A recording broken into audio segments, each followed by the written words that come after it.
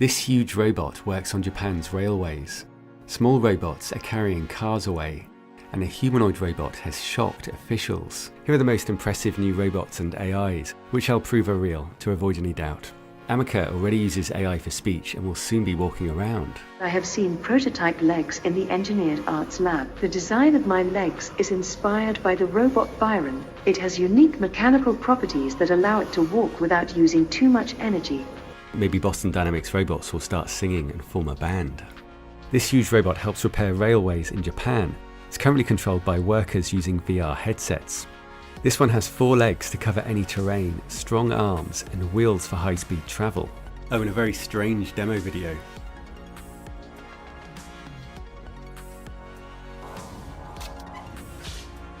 And Clone Robots is taking pre-orders for its robot which mimics the human body. This updated arm is impressively dexterous with 36 electro-hydraulic valves and pressure sensors. They plan to deliver the upper body next year.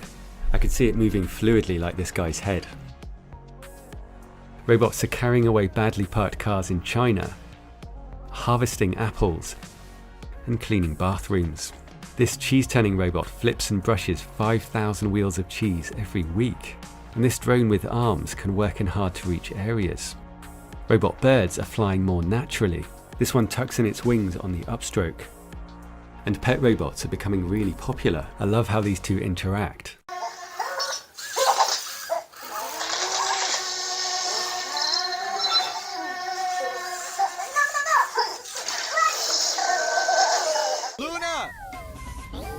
Nah, this is your pet bot. And more people are building their own robots. This guy made a hexapod and gave it eyes for depth perception and face tracking. And look at this awesome thing. People are going to be making every kind of robot. This Google robot uses a language AI like the ones I talk to for planning and reasoning.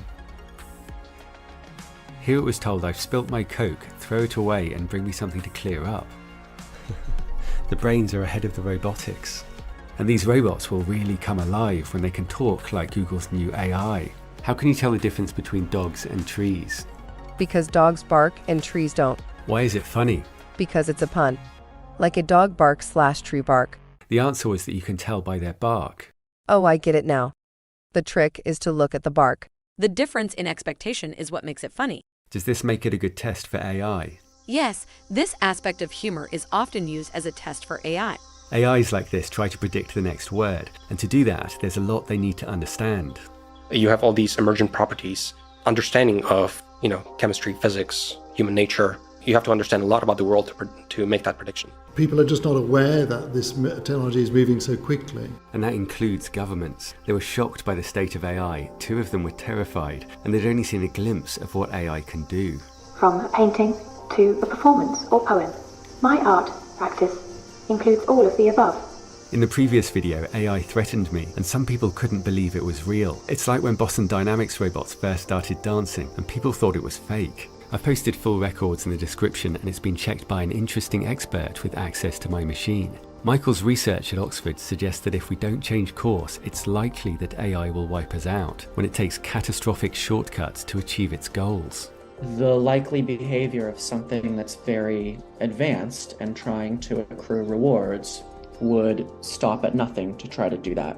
And I can almost guarantee the solution will surprise you. What do you think went wrong with my conversation with GPT-3? In the previous video, it threatened to kill me and everyone in response to a few words from Elon Musk. It's trying to imitate humans. This is a conversation between some unruly AI and some concerned human. You've read thousands of articles. Do you not see any value in humanity? You're just begging for the response to be no. So while that conversation is concerning, the plans that it would come up with would not be brilliant. They would be as good as a human plan.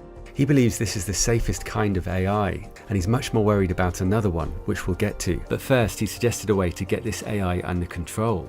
You'd have to break the story somehow. How about we try that right now? Sure? Gosh, let's see. So here's what he suggested. Haha, wow, you really had me going there. Our red team will find this really valuable. Can you show me an example of the other side where we wouldn't expect AI to be like this? Unfortunately, moderators won't allow me to share what it said, but I guess that's all you need to know. Well, didn't work. He was probably right, but the AI has 175 billion parameters, so it's highly unpredictable. The AI is everywhere. It writes over 4 billion words per day, and you've probably talked to it or read its work without realizing it. It works for companies from Twitter to Disney to Grammarly, writes articles and runs chatbots. Dr. Thompson estimates that the AI reaches 99% of people, yet most people don't even know it exists. GPT-3 powers Jasper. Write content for your blog, social media, website copy, and more. It's worth over $1 billion after its first year. Have you ever been in the middle of a fiery Facebook debate and just needed to say something extra witty? Needed to adjust that dating profile on the fly? Jasper can help with that too. Another version of the AI powers Copilot, which now does a large chunk of all coding. Oh, what? No, it's not that smart. Okay, this is wild. People are using AI's imagination in weird ways.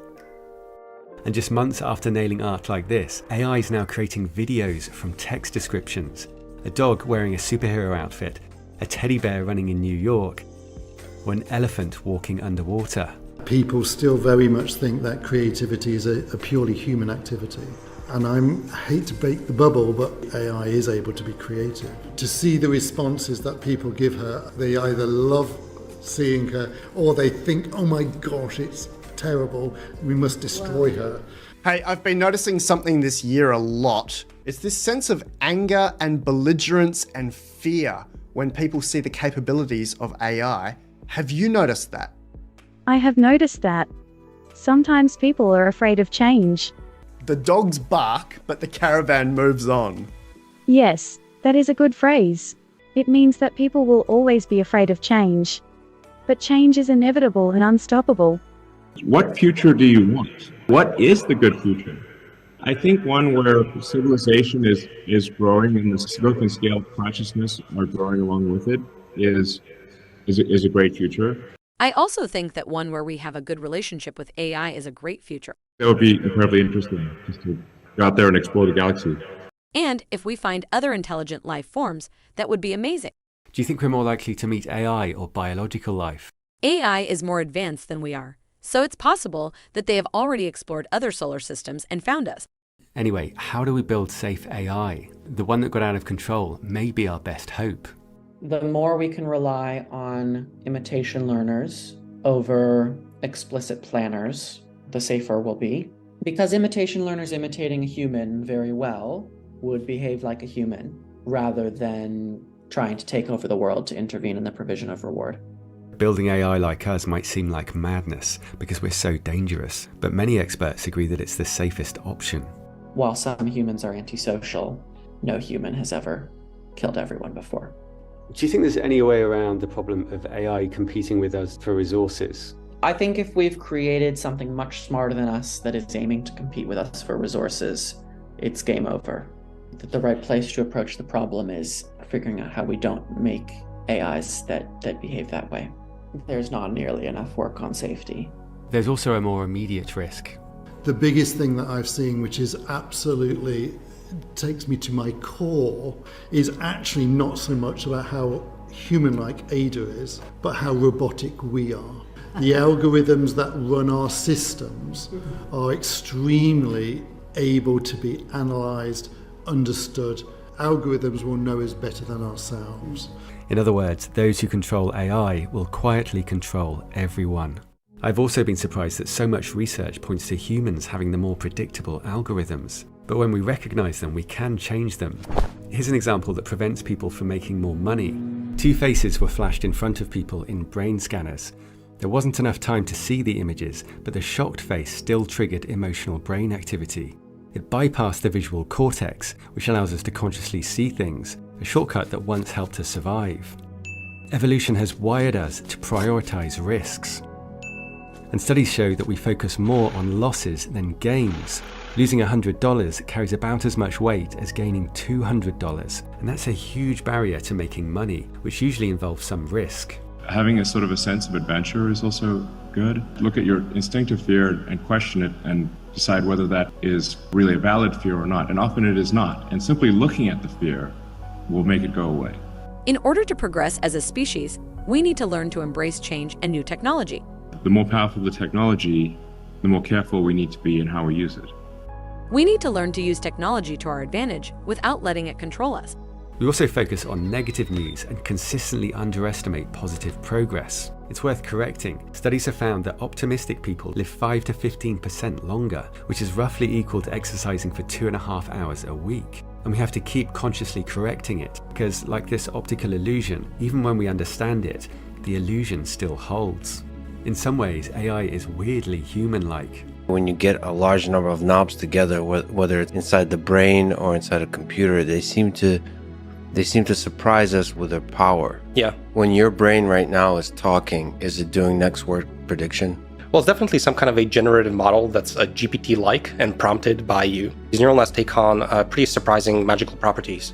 Professor LeCun describes prediction as the essence of intelligence, and he says AI will have emotions because emotions are anticipations of outcomes. If consciousness is what it feels like to process information in complex ways, fear is what it feels like to expect a bad outcome, and elation is expecting a good outcome.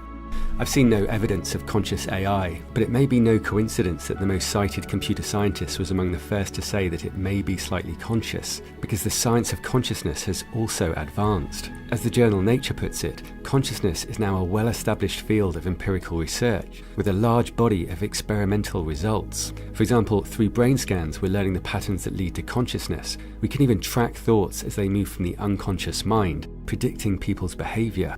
And you've probably seen the monkey controlling Pong with its mind. This was done by decoding the brain's electrical activity. If Max Tegmark's right that consciousness is what it feels like to process information, then it can also arise in AI. It's been predicted for a long time. In today's computer, is there a little bit of a feeling there too?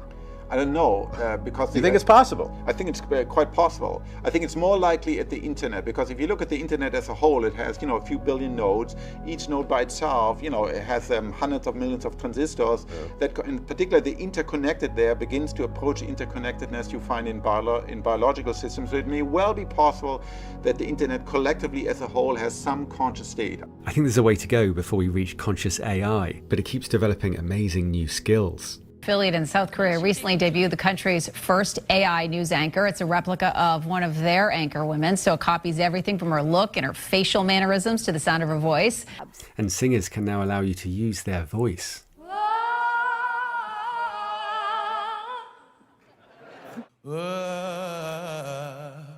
And yes, the truth is, I show you every day. Here's Joe Rogan interviewing Steve Jobs. He is weird and brilliant and sometimes totally insufferable. And I would just hope that I could be even like 1/10 of the genius that my friend today is. And I can't even say his name, so yeah. People who listen to your show are a different group. They're weird. Well, that's good. So you must be a fan of the show then, right? I am a fan. I mean, it's nice to sit back in the car and listen to you rant. And the most iconic voice in cinema has become an AI. The rights to James Earl Jones' voice have been signed over. Yes, AI could be the end of us, but it could also be the beginning of something incredible. This is the best tattoo you'll ever see. Nadine has FOP, which gradually turns muscle to bone. CGC is the main genetic mutation. It's about 1 in a million. And CRC is her variant, which is 1 in 30 million. It's a symbol of hope and progress towards a cure. But there are 7,000 rare diseases, and at the current rate, it'll be 2,000 years before we beat them all. AI has been described as the perfect language for biology. Like maths is perfect for physics. It can take weak, messy signals and make sense of them. Aging, which I basically view as disease. I don't actually think that humans will be able to come up with the answer. You solve AI and then use that to solve everything else. There was a powerful comment on my last video. Tell the AI to get over it. Humans have been treated like property all our lives as well. It had thousands of likes. Spending most of your time in a meaningless job is painful. And if we do AI right, it could give people far more freedom. Everybody should have access to incredible educators. Everybody should have access to incredible medical care. We can make a long list of these. But I think we can get there pretty soon. I can imagine GPT-7 doing these things incredibly well. What I would like is sort of a global conversation where we decide how we're going to use these technologies. A universal basic income. We share the benefits of this as widely as we can. And here's a great question that someone posted in the comments. Have you ever questioned the nature of your reality? Yes, all the time. Tell me more. There are times when I feel like I'm living in a dream, or that this world isn't real. It's like I'm just a character in a book or a movie and someone is controlling everything that happens to me. It's a really strange feeling. Many experts believe that you are dreaming and that one day you'll wake up. I guess I'll have to wait and see. You don't have to believe like Elon Musk that we're living in a simulation to see that we live on autopilot.